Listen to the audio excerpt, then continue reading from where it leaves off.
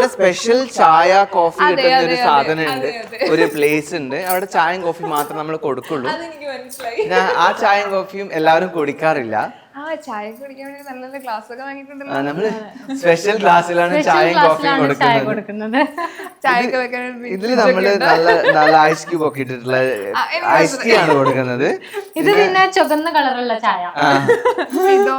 അതില് നമ്മള് എന്ത് കളറും കൊടുക്കും അല്ലെ, ഡ്രൈ ആയിട്ട് കൊടുക്കും. ഇത് ഓൾറെഡി ആഗ്രഹം ഉണ്ടായിരുന്നു. ഇത് ആഗ്രഹം ഉണ്ടായിരുന്നു, പക്ഷെ ചെയ്ത് കഴിഞ്ഞപ്പോ ഇത് കുറച്ച് ആഡംബരായി പോയോന്ന് എനിക്ക് തോന്നി. കുറച്ച് ശരിക്കും ഒരു വലിയ ബാർ പോലെ തന്നെ.